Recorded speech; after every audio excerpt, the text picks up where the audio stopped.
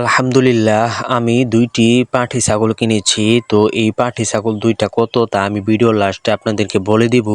তার আগে আমি আপনাদেরকে বলে রাখি আমি বাজার থেকে এগুলো ক্রয় করিনি।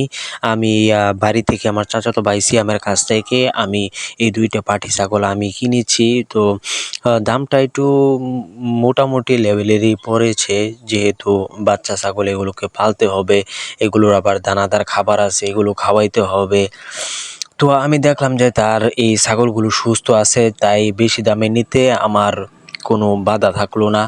তো আমি তার কাছ থেকে ৮,০০০ টাকা দিয়ে ২টা ছাগল আর কি পাঁঠি ছাগল ক্রয় করেছি। এখন বর্ষাকাল, এখন বাজারে ছাগলের দাম একদম সস্তা, কারণ হচ্ছে এই বর্ষাকালে অনেক রোগ ব্যাধি হয়ে থাকে। ঠান্ডার যে একটা সমস্যা আছে, এই ঠান্ডার সমস্যা থেকে ফুসফুসের মধ্যে সমস্যা হয়ে ছাগলগুলো মারা যায়। আরও কিছু রোগ আছে যে পিপিআর হয়, এই ঠান্ডার কারণে এই পিপিআরটা হয়ে থাকে, যার কারণে আমি বাজার থেকে ক্রয় করিনি। বাজার থেকে ক্রয় করলে অবশ্যই আমি ধরা খাইতাম।